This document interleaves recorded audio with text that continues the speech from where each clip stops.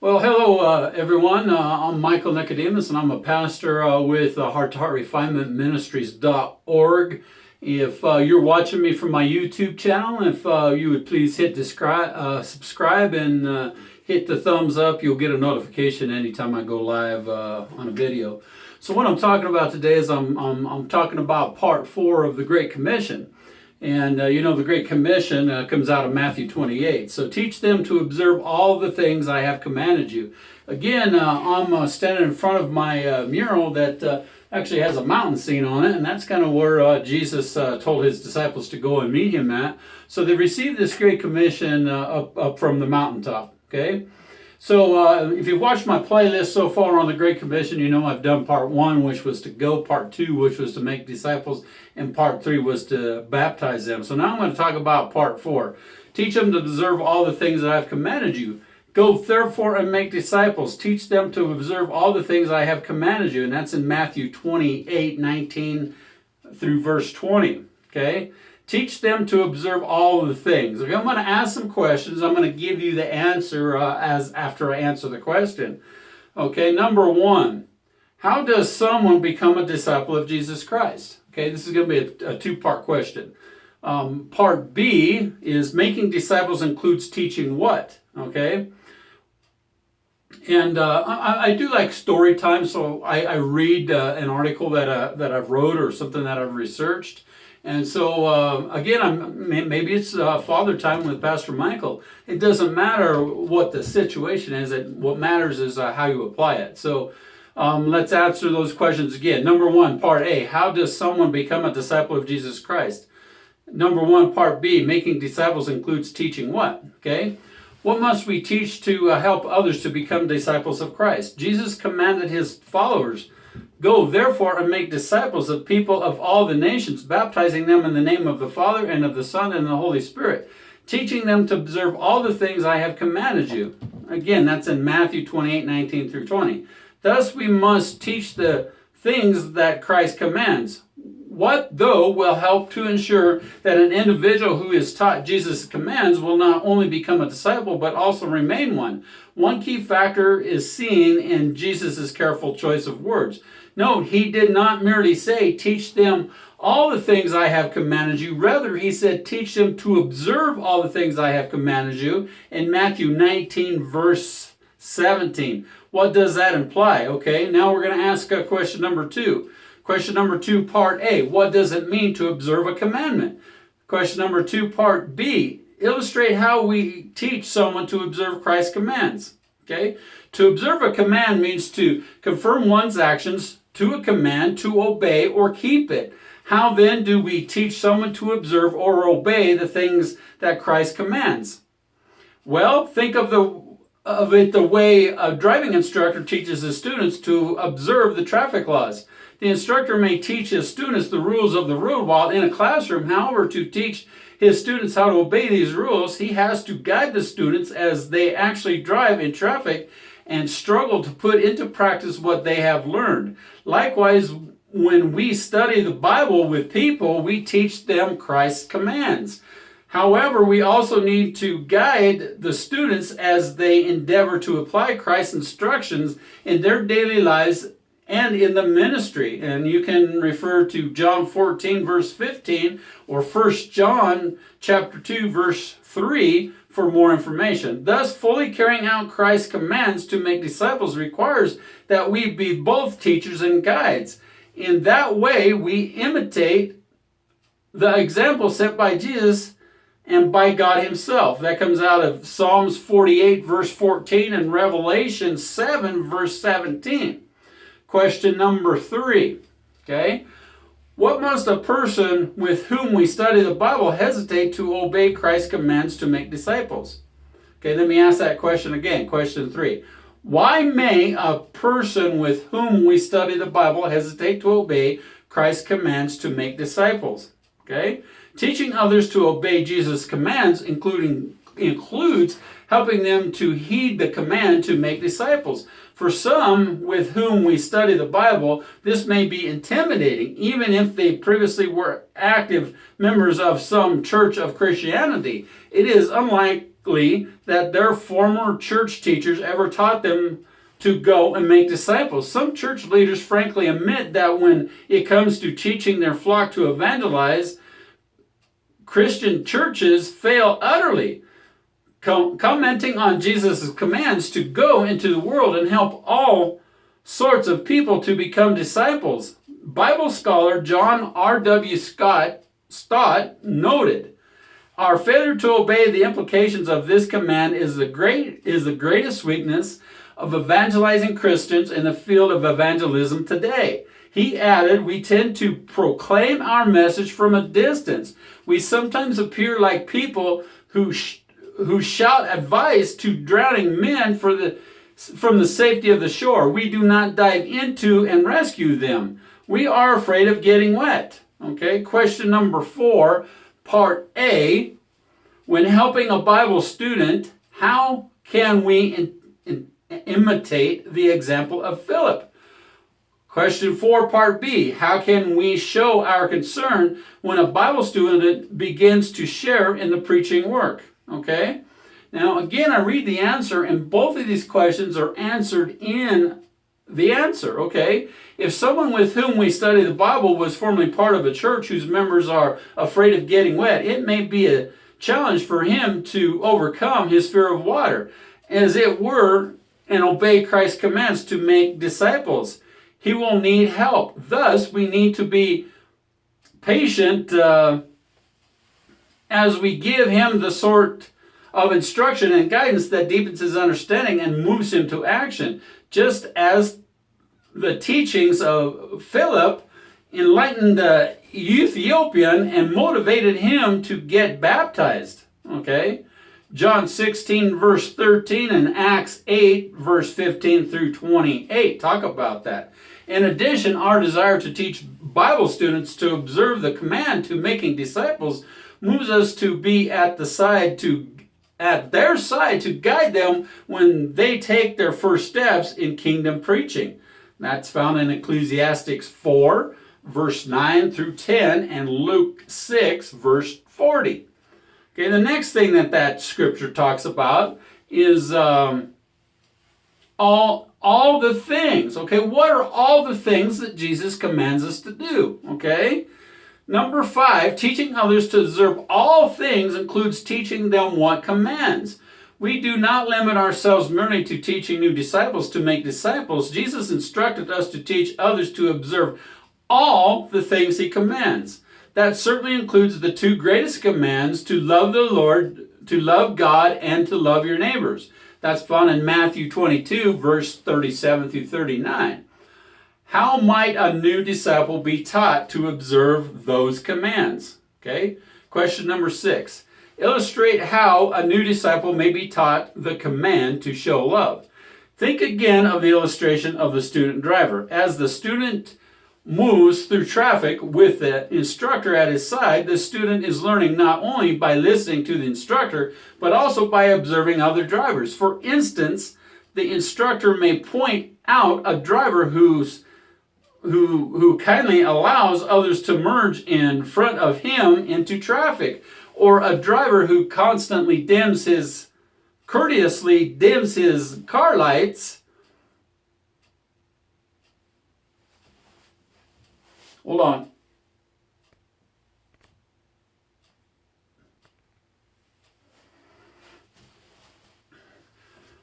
Okay. So he courteously dims his car lights so as not to blind oncoming traffic. Or a driver who offers willing assistance to an acquaintance whose vehicle has broke down. Such examples teach the student valuable lessons when he can apply when he is driving. Similarly, a new disciple who travels on the road of life learns not only from his teacher, but also from the fine examples that he sees in the congregation. And that you can read about in Matthew 7, verse 13 through 14. Question number 7, okay? How does a new disciple learn what it means to observe the commands to show love? For instance, a Bible student may observe a single parent who puts forth great effort to come to church with their small children in tow. He may see a downhearted soul who faithfully comes to meetings despite her struggles with depression, an elderly widow who drives other older ones to each congregation meeting, or a teenager who shares in cleaning the church. The Bible student may take note of a congregational elder who faithfully takes the lead in field service despite his many congregational responsibilities. He may meet a witness who is disabled and housebound, but who is a source of spiritual encouragement to all who visit him. The student may observe a couple who are making drastic adjustments in their life in order to serve as caregivers for their elderly parents. By observing such kind, helpful, and dependent Christians, the new disciple learns by example what it means to obey Christ's commands to love God and their neighbors, especially fellow believers. In the same way, each member of the Christian congregation can and should be a teacher and a guide. Okay, the next thing I want to bring up is into the conclusion of the system of things, okay? Or until Jesus comes back. Okay, what does that mean? So question 8, part A, for how long will we continue to make disciples? Question 8, part B, what example did Jesus set regarding carrying out assignments?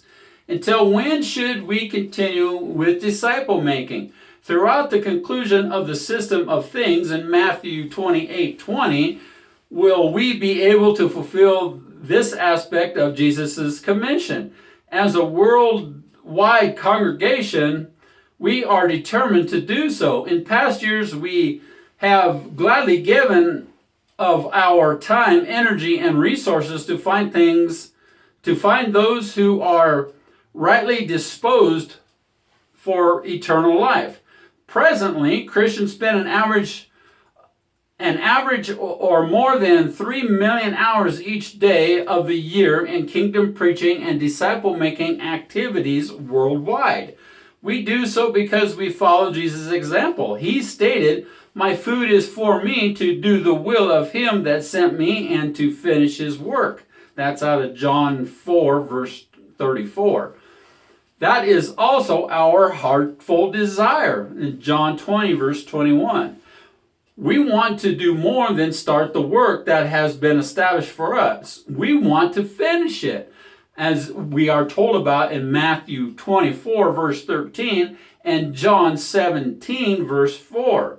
So question number 9. What has happened to some of our Christian brothers and sisters, and what should we ask ourselves? Okay.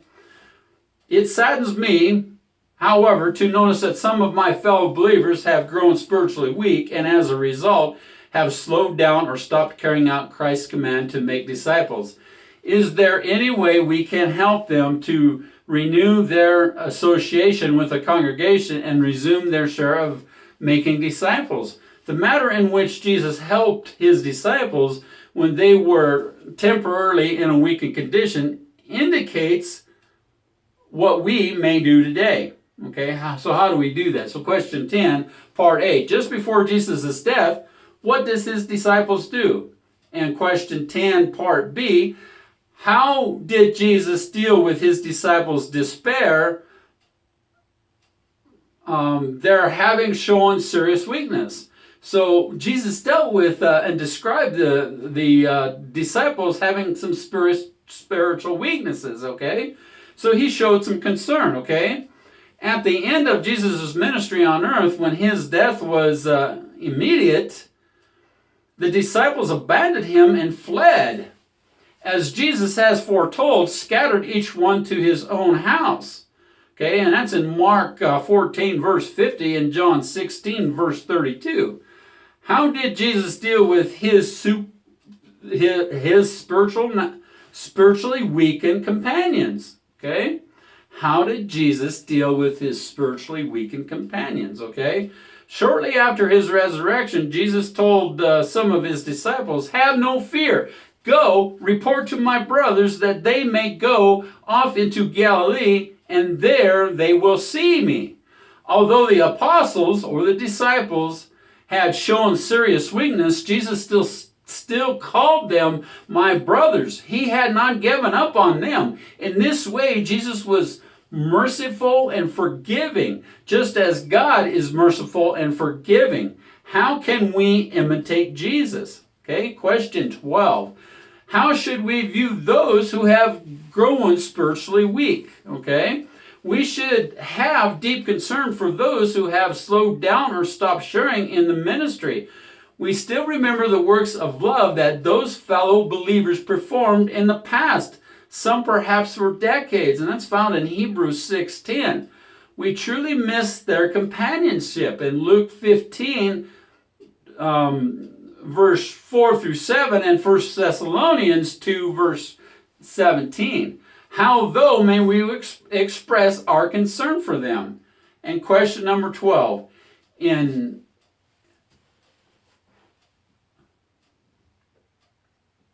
intimidation of Jesus, how can we help? In the imitation of Jesus, how can we help weak people? Jesus told the downhearted disciples that they should go to Galilee and that they would see him there. In effect, Jesus invited them to attend a special meeting. Matthew 28, verse 10.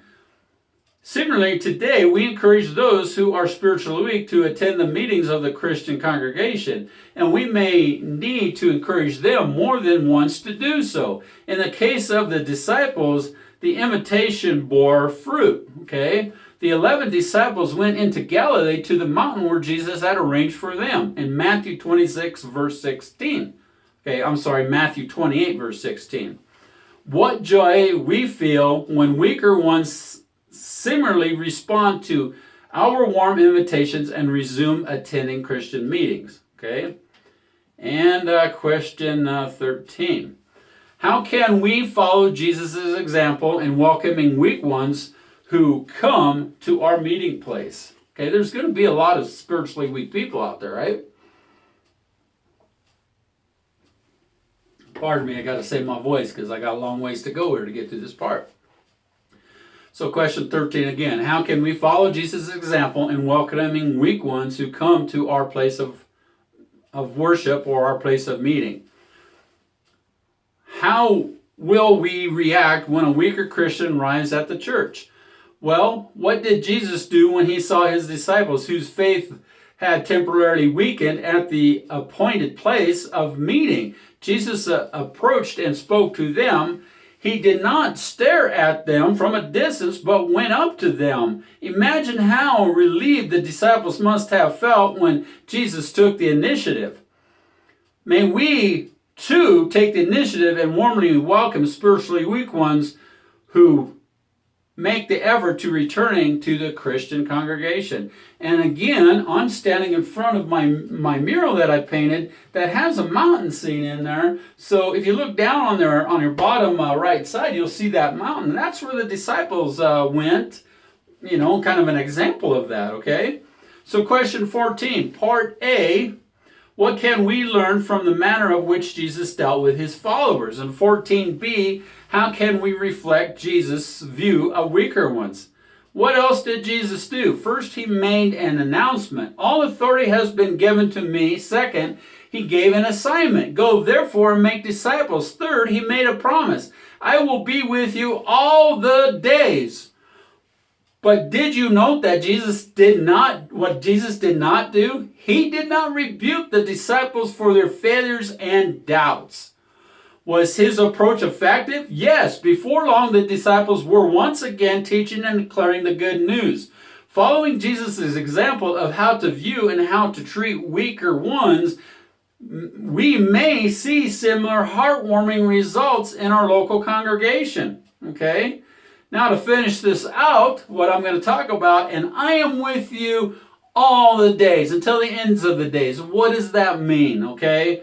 Question 15 and 16 is going to be answered in this answer.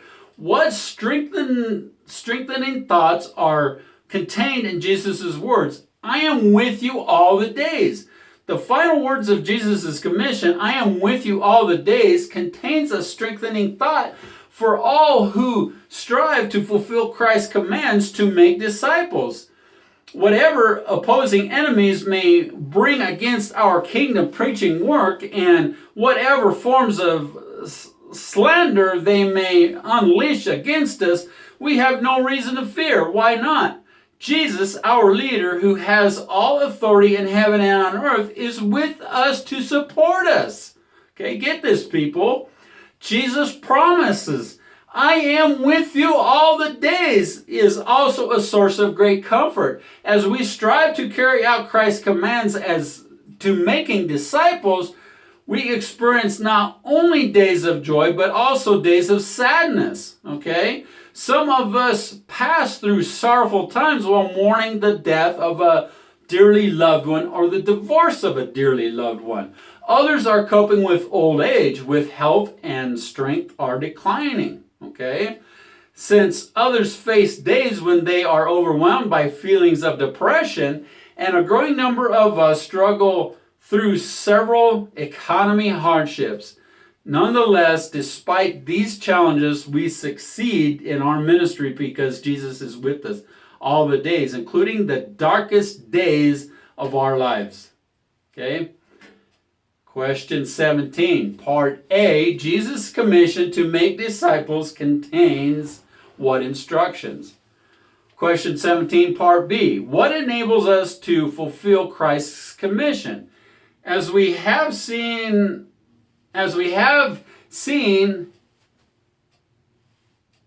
and heard in this teaching, Jesus' commission is to make disciples, is all embracing. Jesus told us who and where we should carry out his command. He also told us that we should teach and until when we should do so. Granted, fulfilling the Great Commission is a challenge, but with Christ's authority behind us and his presence beside us, we can accomplish it. Do you not agree? Okay. Now, how would you answer these questions? Okay. How do you teach others to observe what Jesus commanded? Okay, next question. What lessons may a new believer learn from others in our congregation? What can we do to help those who have grown spiritually weak? Next question. What strength and comfort do we draw from Jesus' promise, I am with you all the days? Okay. Now I want to talk about a message about the commands. Okay. I'll set that aside because I'm done reading from my article. Okay. I want to talk about something that's very important here. I'm in this video about 23 minutes, and I want to talk about the commands. Okay, there are 1,050 New Testament commands. Okay, 1,050. I'm looking for my reading glasses. They must be in the other room. So there are 1,050 commands in the New Testament for Christians to observe. Due to repetitions, we can classify them under about 800 headings.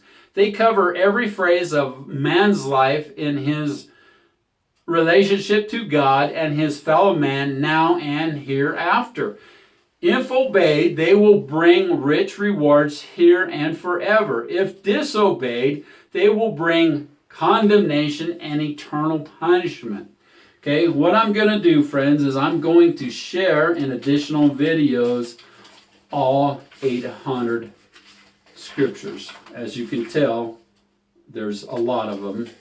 And I don't want to do them all in this video because I don't want this video to be so long that you won't want to watch it. So my next video, we're going to be talking about some of these. 7 abstain from.